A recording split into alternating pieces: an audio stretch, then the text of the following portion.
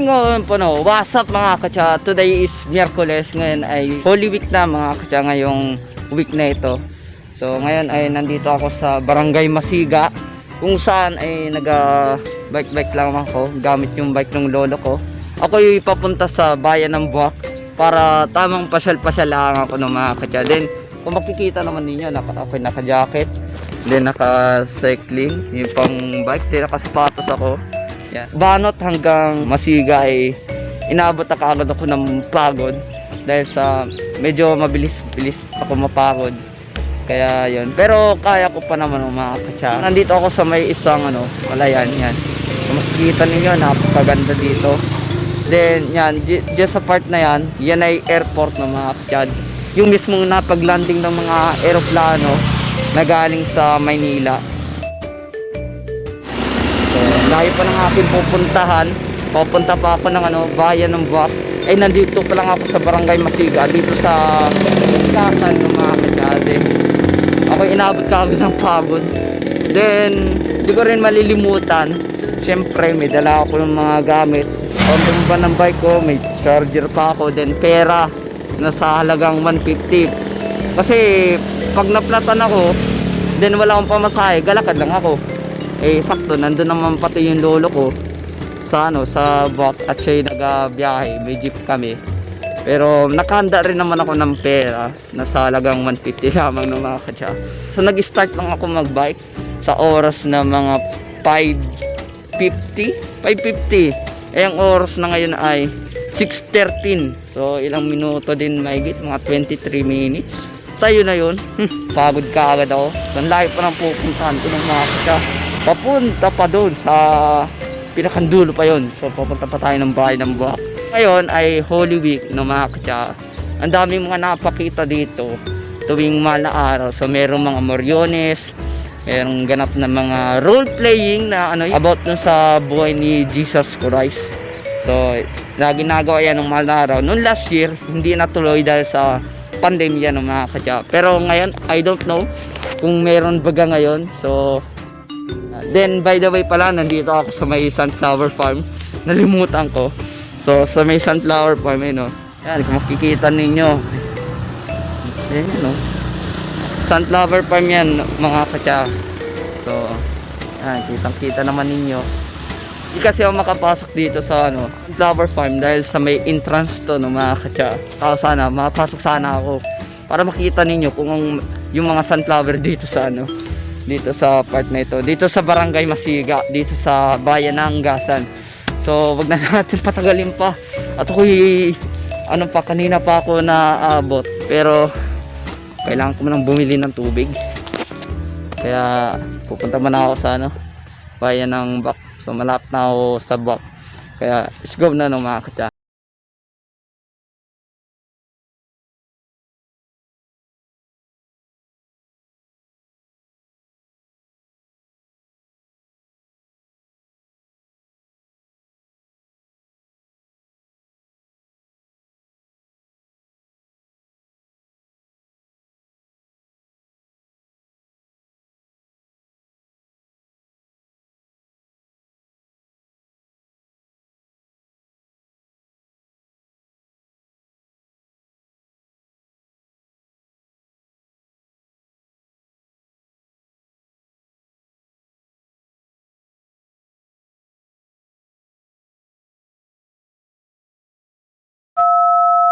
Ayun mga katsa, ako yun nandito na sa may sa may airport dito sa Masiga. Ayan makikita ninyo Marinduque Airport mga katsa. Ganyan. So, wala po, sarado ari to. Pero may mga nakabantay dito, mga security guard. Kaya yan. So alam ko walang biyahe bari ngayong araw na ito o ngayong week na ito dahil sa kung mayroon bang biyahe o wala. Pero napanood ko sa sa balita na ECQ sa Metro Manila o sa parte Manila, basta yun. So sa mga taga Maynila ay ingat pa kayo and keep safe. Sumunod na lang tayo sa health protocol na tinutupad ng gobyerno mga katsa, para hindi tayo mahawa ng COVID. Then magdasal tayo palagi na na maging ligtas tayo, mga pamilya natin, mga mahal natin sa buhay ng mga katya. At yun, pagdasal din natin na mawala na yung pandemic na yan, matapos na sana yan, para maging malaya na tayo ng mga katya. Then yan. At yun, nandito pa sa may tabing kalsada para mag-vlog lamang mga katya. Then wala na akong kahiya-iya ngayon mag-vlog dahil ano na tayo, wala na yung pagiging mahiyain ko. Sana yan mawala na yung pagiging mahiyain ko. Okay, mag-ano na, bike na talaga, totoo lamang. Nakailang ano na tayo, so let's go na tayo ng mga katya.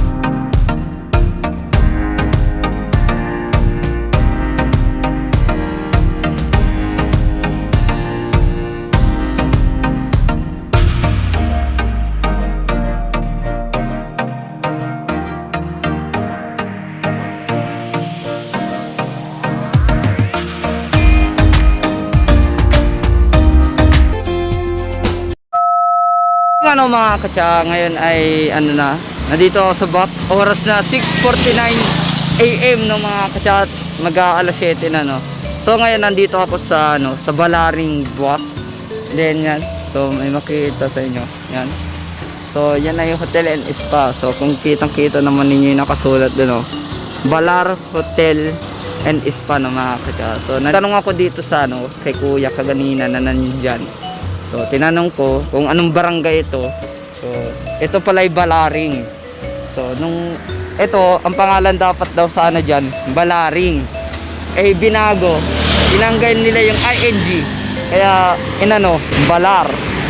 Balar Hotel and Spa no mga katsa. So parang gusto kong lumibot dito sa ano na ito.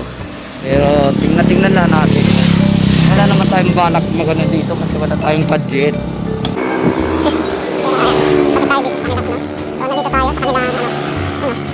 Yan yun yung cafe nila.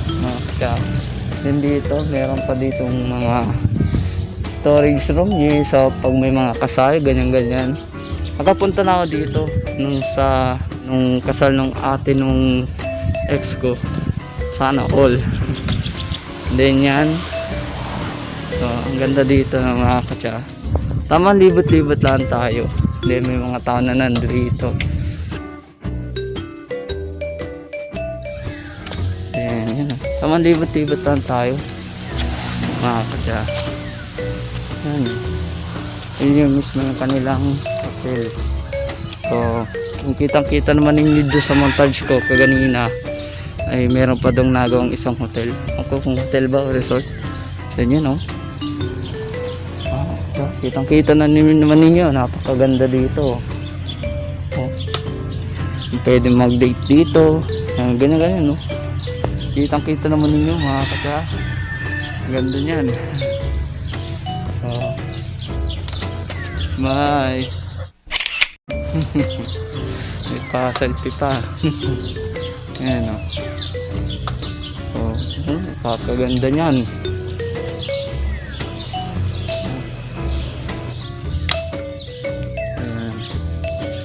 Balar Hotel and Spa. Kitang-kita naman ninyo no, mga katsa. Kaganda dito. So punta kayo dito mga katsa. May enjoy nyo dito yung bakasyon nyo dito sa Marinduque. Kaya sa mga balak pumunta dito, Yun. Depende sa inyo kung kayo makakapunta ba o hindi. Pero sinasabi ko sa inyo, maganda dito sa probinsya, dito sa Marinduque. Ang dami nyong matatanaw dito mga katya. So ayan, picture muna. Ngayon ay anong oras na? 6:54 AM na mga katya. At anong pagod na. So malapit na tayo doon sa pupuntahan natin. Kaya let's go na tayo mga katya.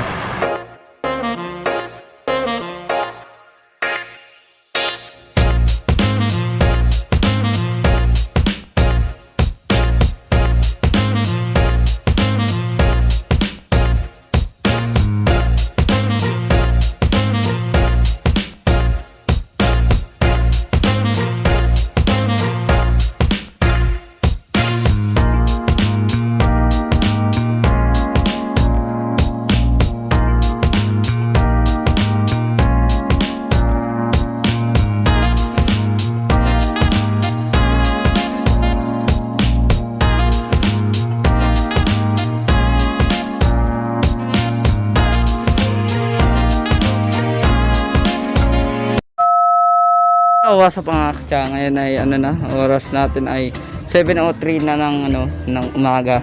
Ngayon ay alas 7 na. So ngayon nandito ako sa Laylay Port. So sana ito, mapapansin naman ninyo pagkaganda niyan. So ayan, kita naman ninyo yung itsura, oh. Ang ganda, no? Then yung dagat, napakaganda.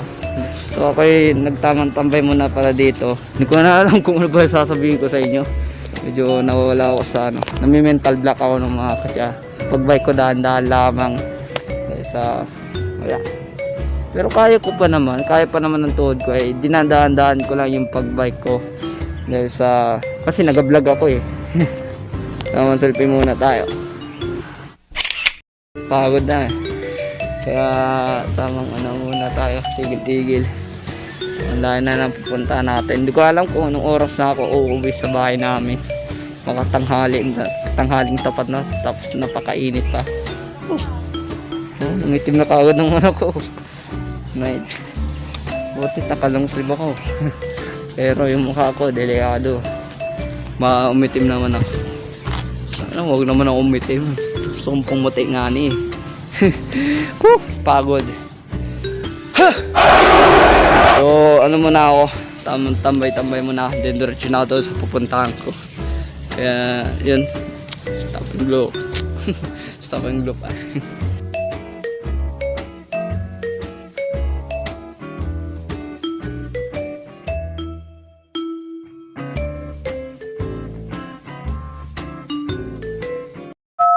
Mga katsa, ngayon ay nandito ako sa ayan, kung makikita nyo sa montage yung munisipyo dito sa bayan ng Bac. Then nandito ako sa may na Moryon.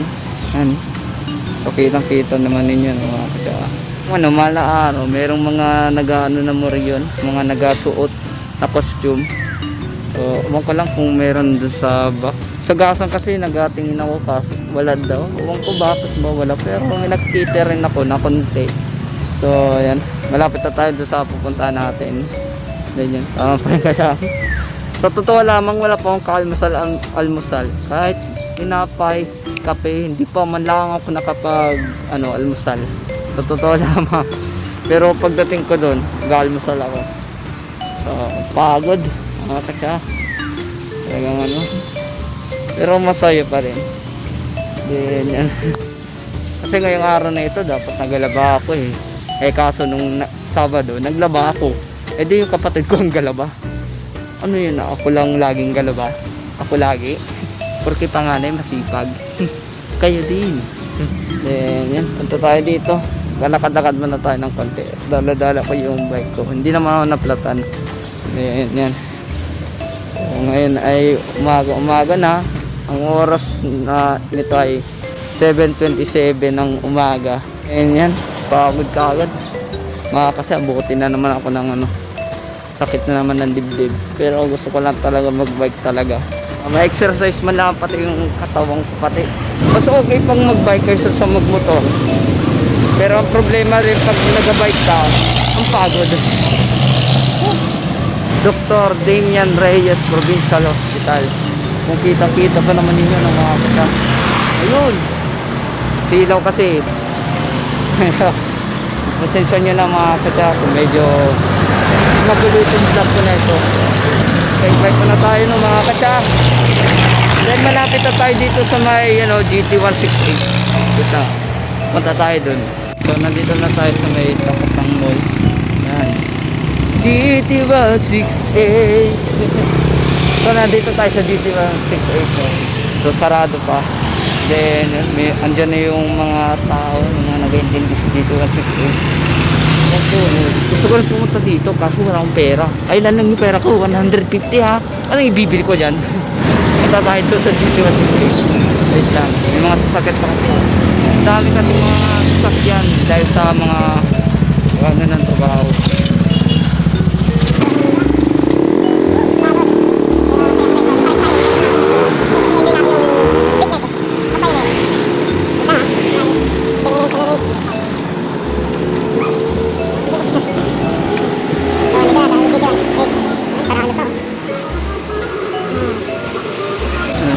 Makita ninyo mga katsa, sarado pa yung GT168. So hindi pa tayo nakakapunta dyan, pero soon makapunta rin tayo dyan. Yung pagod lamang. Sarado pa yung GT168. So may mga tao na nandun, pagod, kaya lahat pa napupunta natin, pero malapit na pala. So tara na, punta na tayo doon sa pupuntahan natin talaga. Kaya yun, dami pa natin i-montage doon. Kaya punta na tayo, let's go.